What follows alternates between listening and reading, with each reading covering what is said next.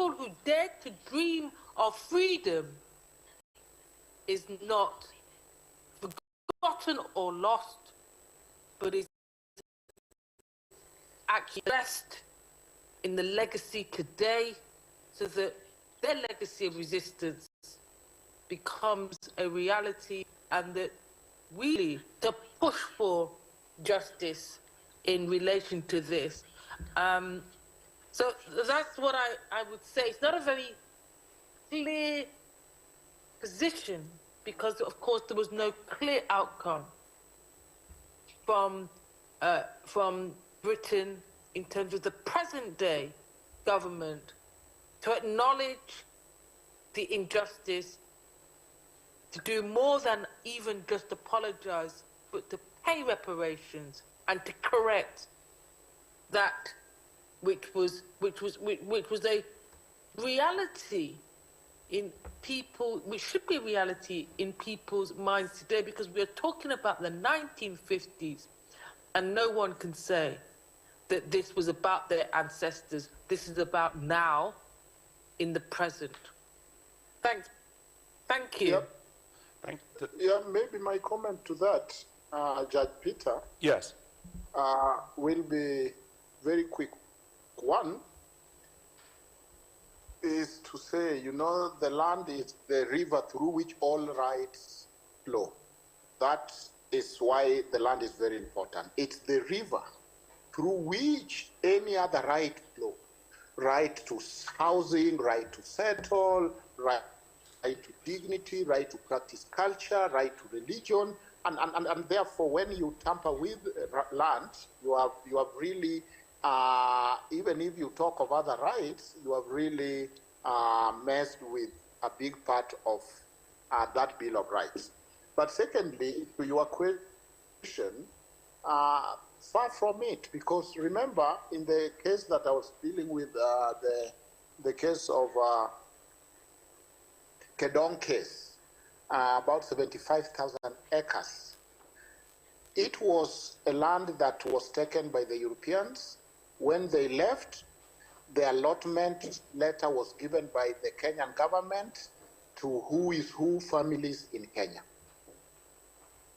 And therefore, the Kenya government and all those things that are bad that, Peter, you are talking about, the rights and responsibility were directly presumed by the successive government of Kenya. But they perpetuated the same. So that even as we talk of European, we have the Kenyattas who own a huge tract of land courtesy to the same European colonization and became the first president and used the same laws and sat on the same seat that the white people left when it was still warm from them sitting on it. So I'm giving that picture, and let us not look at colonization in isolation, and that is why I like what Besoi said, that colonization is in the past, we got independent in quotes. The successive government, which was now the government of Kenya, took over those rights, those responsibilities, those laws, and immediately did the same thing, if not worse, by dispossessing the other Kenyans. And therefore, when you are now if we only talk of what Europeans did, even if they apologized, the status quo will not change.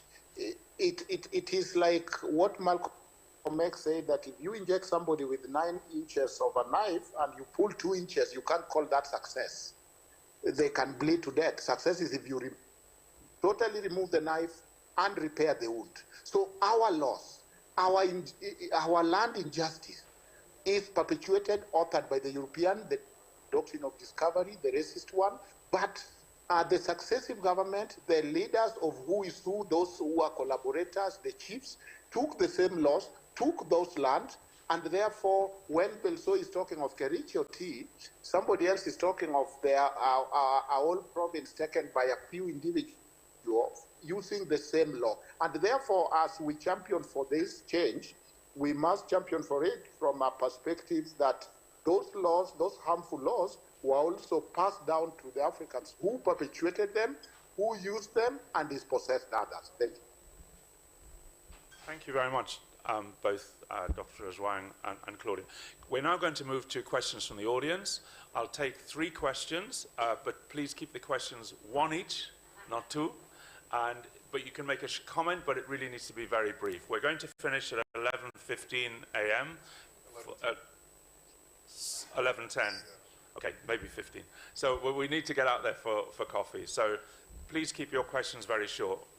And I would like to hear from at least one of the students as well. Very quickly, Peter said questions, plural, so I'm going to ask 2. Very quick one. First of all, Gertrude, you spoke about statute legislation saying that land belongs to the Kenyans. I want to know how the courts have interpreted that. And secondly, when there has been litigation, what has been the main defense? Okay, that's one question. have a second, and then from a student, please. Good morning, everyone. Abdullah. My name is Abdullah Ija. Always know me. Medical from Gambia.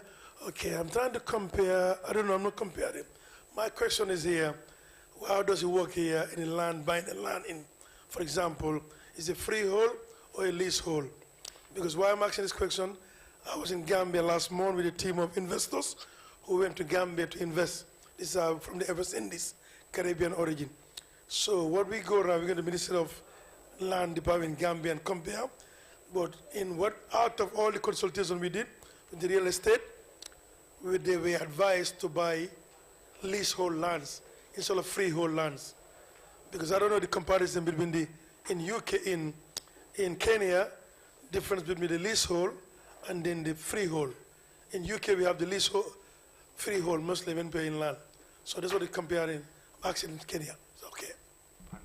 And then can we have a question from us? I know you're there. I said hello earlier this morning, so it's good to hear. Ade will, and you don't want to trouble with him. Volunteer or be voluntold? Anyone have any thoughts, comments about anything that's been said this morning? Anyone? Somebody. Looking like you have something on your mind. All right, well, let's answer the first 2 questions and we'll see if All there's right, someone. okay. But that's no tea for anybody, by the way. Okay, penalty. Okay, the questions were 2 questions from Errol. The question about the land. Okay, I'll try to be very quick.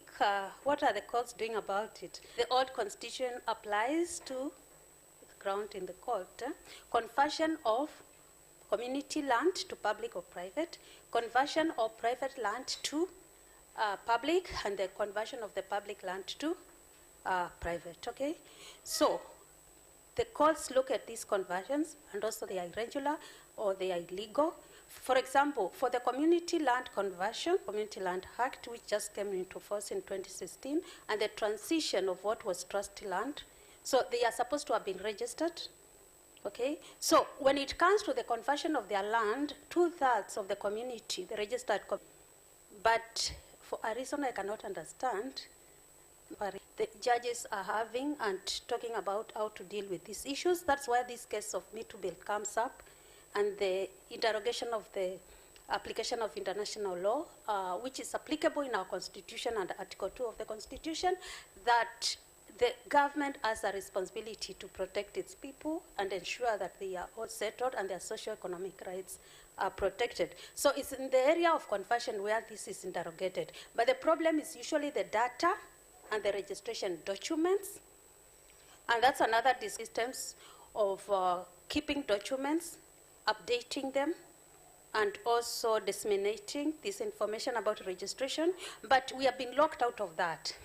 That has been a big tussle. The Supreme Court actually ruled that we should have a law, but this has been broken with impunity. Of that comes up is another issue which actually should have been taken, I don't want to mention it, recently, jumping the leasehold. Now, when the lease expired, let's take the leasehold which we are all discussing here, where there might have been some kind of injustice, which was on your era.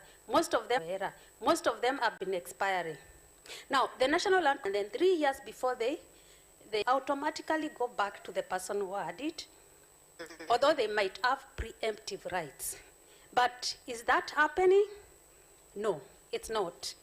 Because we are not funded to do it and because we don't have the record. So there's a lot of lack of will and political will to implement some of these. Thank you very much. I think that answers the three questions that were asked. Or to reform historical injustices, is there one single thing, and I'll deal with each panelist in turn, that you would seek to change from the current situation, either in terms of the law or the implementation? One thing. Can I come to Henry first? Can I come to Henry first?